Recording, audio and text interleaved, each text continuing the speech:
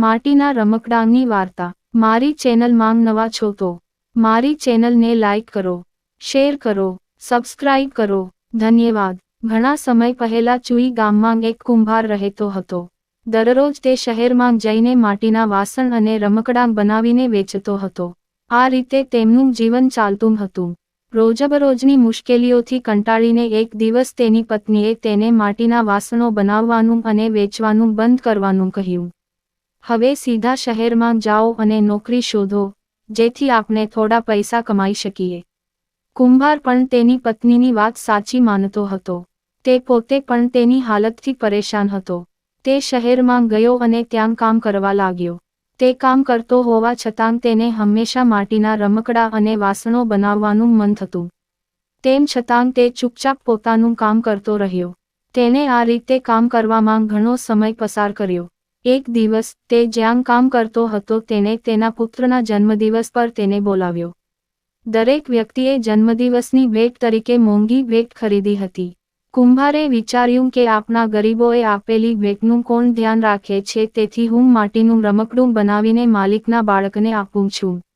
એમ વિચારીને તેણે માલિકના પુત્ર માટે માટીનું રમકડું બનાવ્યું અને તેને ભેટમાં આપ્યું। બર્થડે પાર્ટી પૂરી થઈ ત્યારે માલિકના પુત્ર અને તેની સાથેના અન્ય બાળકોને માટીનું રમકડું ખૂબ ગમ્યું। ત્યાં હાજર તમામ બાળકો એક જ માટીનું રમકડું મેળવવાની જીદ કરવા લાગ્યા। બાળકોની જીદ જોઈને ઉદ્યોગપતિની પાર્ટીમાં હાજર દરેક લોકો માટીના તે રમકડા વિશે વાત કરવા લાગ્યા। બધાના મોઢામાં એક જ પ્રશ્ન હતો કે આ અદ્ભુત રમકડું કોણ લાવ્યું છે। ત્યારે ત્યાં હાજર એક વ્યક્તિએ કહ્યું કે તેનો નોકર આ રમકડું લાવ્યો છે। આ સાંભળીને બધાને નવાઈ લાગી। પછી બધાએ કુંભારને તે રમકડા વિશે પૂછવાનું શરૂ કર્યું। બધાએ એકસાથે કહ્યું, તમે આટલું મોંઘું અને સુંદર રમકડું ક્યાંથી અને કેવી રીતે ખરીદ્યું? અમને પણ કહો। હવે અમારા બાળકો આ રમકડું લેવાનો આગ્રહ કરી રહ્યા છે। કુંભારે તેમને કહ્યું કે આ મોંઘું રમકડું નથી, પણ મેં મારા હાથે બનાવ્યું છે। પહેલા હું મારા ગામમાં આ બનાવતો અને વેચતો। આ કામમાંથી કમાણી ઘણી ઓછી હતી એટલે મારે આ કામ છોડીને શહેરમાં આવવું પડ્યું અને હવે હું આ કામ કરી રહ્યો છું। આ બધું સાંભળીને કુંભાર ધણીને ખૂબ જ આશ્ચર્ય થયું। તેણે કુંભારને કહ્યું, શું તમે અહીં હાજર દરેક બાળક માટે એક સરખું રમકડું બનાવી શકશો? કુંભાર ખુશ થઈને બોલ્યો, હા ગુરુ, આ મારું કામ છે। મને માટીના રમકડા બનાવવાનો શોખ છે। હું અત્યારે રમકડાં બનાવી શકું છું અને આ બધા બાળકોને આપી શકું છું। આટલું કહીને કુંભાર માટી ભેગી કરી રમકડા બનાવવા લાગ્યો। થોડી જ વારમાં માટીના ઘણા રંગબેરંગી રમકડા તૈયાર થઈ ગયા। કુંભારની આ કલાકૃતિ જોઈને તેના માલિકને આશ્ચર્યની સાથે સાથે ખૂબ આનંદ પણ થયો। મનમાં તે માટીના રમકડાંનો ધંધો કરવાનું વિચારવા લાગ્યો।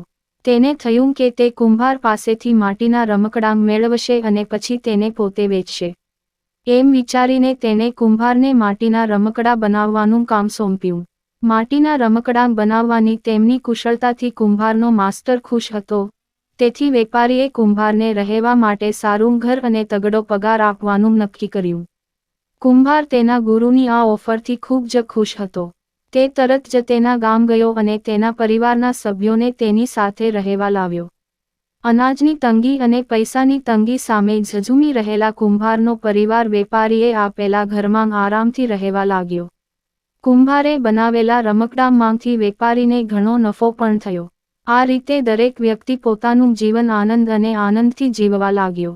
વાર્તામાંથી બોધ: પ્રતિભા ક્યારેય વ્યક્તિને છોડતી નથી। જો કોઈ વ્યક્તિ કોઈ કામમાં નિષ્ણાત હોય તો તેની કુશળતા તેને મુશ્કેલ પરિસ્થિતિઓમાંથી બહાર કાઢી શકે છે। પૂરી વાર્તા સાંભળવા માટે ધન્યવાદ।